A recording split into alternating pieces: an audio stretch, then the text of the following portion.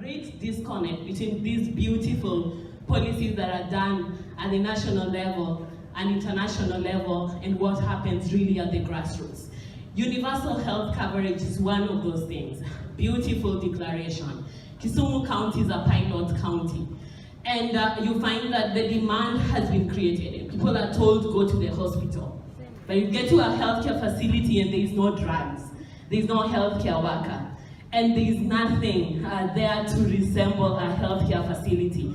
Until I was having a conversation with someone and I was asking someone whether what they get from the facility is skilled delivery or is it just a facility delivery. Because they come to the facility and they deliver all by themselves. They deliver on the floor, everywhere, and there's just a lot of pandemonium.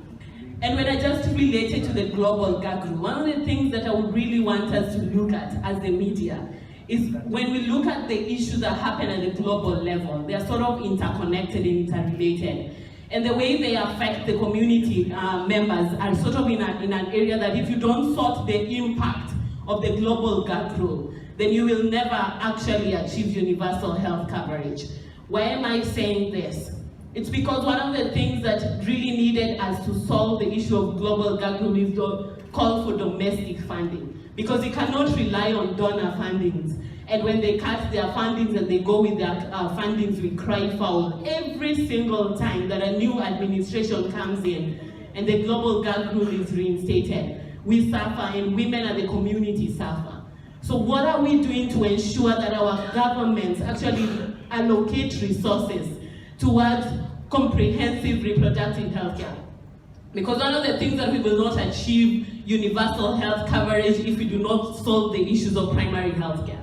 And that includes family planning, that includes cervical cancer, early screening, all those primary health care, nutrition, for example.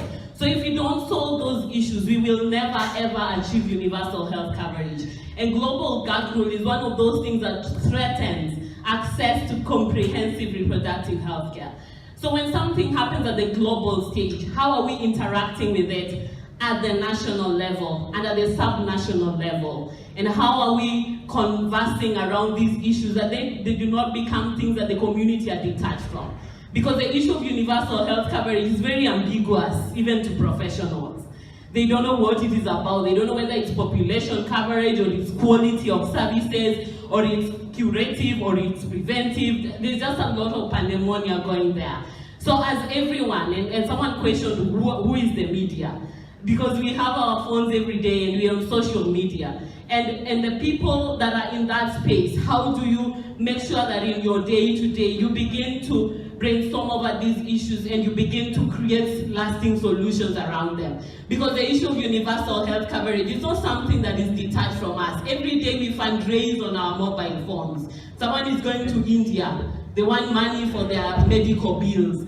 Someone's child is sick, they're admitted and they've been detained in the hospital. You are raising money for them.